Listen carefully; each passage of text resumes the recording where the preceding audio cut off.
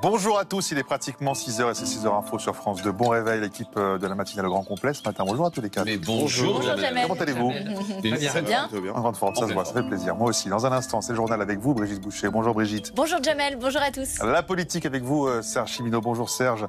La France aura un Premier ministre ce matin, promesse faite de l'Élysée hier soir. J'espère parce que je suis très fébrile, je n'en peux plus d'attendre. Mais a priori, on nous dit en milieu de matinée. Emmanuel Macron qui avait donc promis dans les 24 heures le délai, qui est donc 48 heures. qui avait 48 heures précisément. Mais Le quand délai même qui est donc dépassé. depuis hier soir quand même. L'international avec vous, Anthony Bélanger. Bonjour Anthony. Bonjour. Après la chute de Bachar el-Assad, le Liban va-t-il devenir le refuge pour les criminels syriens? Et effectivement, il y a des centaines, voire peut-être des milliers de caciques du régime qui en ce moment fuient la Syrie et qui d'ailleurs depuis plusieurs jours fuient la Syrie et se réfugient, parfois dans des hôtels de luxe à Beyrouth. On verra plus en longueur bien sûr après le journal avec vous, Anthony Bélanger. Les sports ce matin avec Jordan Klein. Bonjour Jordan. Bonjour. Des Lyonnais au-dessus de la mêlée en Ligue Europa. Hein. Au-dessus de la mêlée, C'est du continuent c'est du football qui continue leur belle aventure. Ils sont 4e au classement, ils ont gagné hier contre Francfort et ils sont assurés d'au moins faire les barrages. Donc ça fait plaisir. Allez, un petit coup d'œil sur les prévisions météo de ce vendredi 13 décembre, avec du brouillard givrant sur le nord-est du pays, des gelées un peu partout hein, dans l'est, beaucoup de pluie attendue en Méditerranée, avec du vent, de la pluie également sur l'est de la Corse et le Roussillon, avec des orages. Côté température, c'est la matinée la plus froide de la semaine. Hein.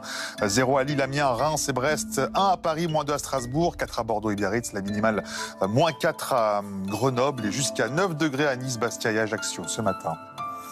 Soyez les bienvenus dans le 6h Info sur France 2. On commence le nouveau journal avec les titres.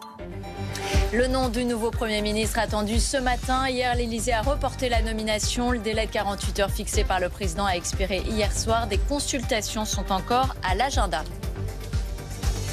Le Mercosur et la censure attisent la colère des agriculteurs. Ils ont mené des blocages hier un peu partout en France. Le président de la FNSEA envisage de nouvelles actions. En Syrie, les habitants recherchent leurs proches victimes des exactions du régime. 100 000 personnes sont portées disparues. Une semaine après la chute de Bachar el-Assad, les prisonniers libérés des geôles racontent la torture. Voilà pour les titres à la une de l'actualité ce vendredi matin. Le nom du Premier ministre devrait être connu. Dans la matinée, l'annonce de l'Élysée est tombée hier soir, 10 jours après la censure du gouvernement. Michel Barnier. Le délai de 48 heures fixé par le président a expiré hier soir sans qu'on y voit plus clair sur le futur locataire de Matignon. Plusieurs noms circulent. À gauche, celui de Bernard Cazeneuve, Roland Lescure, vice-président de l'Assemblée nationale et macroniste de la première heure, Sébastien Lecornu, qui plairait davantage à la droite. Et puis au centre, François Bayrou, l'allié historique d'Emmanuel Macron. Le temps presse désormais pour cette nomination car plusieurs dossiers chauds attendent le futur Premier ministre. On fait le point avec Martin Cribier. Son nom devrait être connu ce matin. À peine nommé, le nouveau locataire de Matignon